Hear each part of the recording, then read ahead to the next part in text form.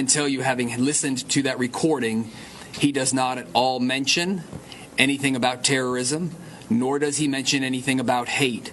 It is the outcry of a very challenged young man talking about challenges in his personal life. Alright, this shit is ridiculous. No angel, thug, combative, career criminal, disrespectful. Were these terms used to describe evil white criminals who massacred their fellow Americans, or were these terms used to describe unarmed black men and children who were killed at the hands of police? Wait, hold on, what about these terms? Troubled child, nerdy, quiet boy, unemployed kid, clean-cut American, boy with dry-witted humour. So what about those terms? Were they used to describe white terrorists or black victims?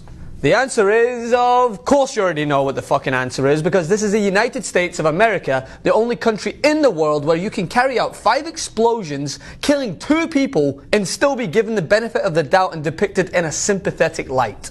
As long as you're white, of course. But if you happen to be black and have your life taken unjustly, you will be scrutinized, vilified, and have your name dragged through the dirt. It has been merely 48 hours since Mark Condit blew himself up after being tracked down by law enforcement, and, as we have come to expect in this country, the humanization of a man who blew 2 black Americans to pieces has been gut-churningly despicable. From law enforcement choosing to highlight challenged young man, to a full New York Times article portraying the Austin bomber as a quiet, nerdy, godly young man, we have seen whiteness at work on steroids. And not only that, some conservative mouthpieces, take a wild guess who, took to Twitter to give the voice to the real victims in this act of terror. Wait for it, Christians. That's right, our resident hypocrite Tammy made sure to skip her usual thoughts and prayers for the actual victims who died at the hands of this monster, and instead posted an article discussing how Christianity was the real victim. This coming from the same person who has built a career fear-mongering against all Muslims whenever an Islamist extremist commits an act of terror. But this all falls in line with the same deflecting, humanizing and downplaying of the evil actions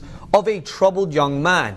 A troubled young white man, that is. So I ask, where was the stern defense of a young man like Trayvon Martin, who, by the way, did not try to blow anyone up? In fact, all he wanted to do was walk home, but God forbid he put his hood up, right? For that, he was lambasted as a disrespectful thug by many of those in the media, who then offered an actual terrorist a pass. I can't believe this has to be clarified. But I guess we'll save the best juxtaposition for last, shall we? It so happened that on the same day a white suicide bomber decided to take his own life, 2 Sacramento police officers opted to take the life of 22-year-old Stephen Clark, firing a mere 20 shots at him in his own grandmother's backyard. Cops said they mistook Clark's cell phone for a gun, and then later a crowbar. I mean, I'm no tech expert here, but I've never seen a crowbar that looks even remotely like an iPhone, have you? But, nonetheless, having both these stories circulate at the same time was a perfect example of whiteness at work. On the one hand, we had headlines reading, "Robbery suspect gunned down," and on the other hand, we heard,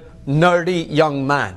Wake up! The way this country continues to humanize white evil and vilify black victims shows how far we have to go in not only fixing the engraved racial bias that still dictates the perception of people in this country and in the media, but in truly understanding the threat white terror poses to us. And to do that, we have to condemn it with the same furiosity it deserves, not wrap it in privilege. Follow me on Instagram at Francis M. Maxwell and on Twitter at Francis M. Maxwell. Please like and share this video. Leave your comments. I will be interacting, and as always, continue to resist.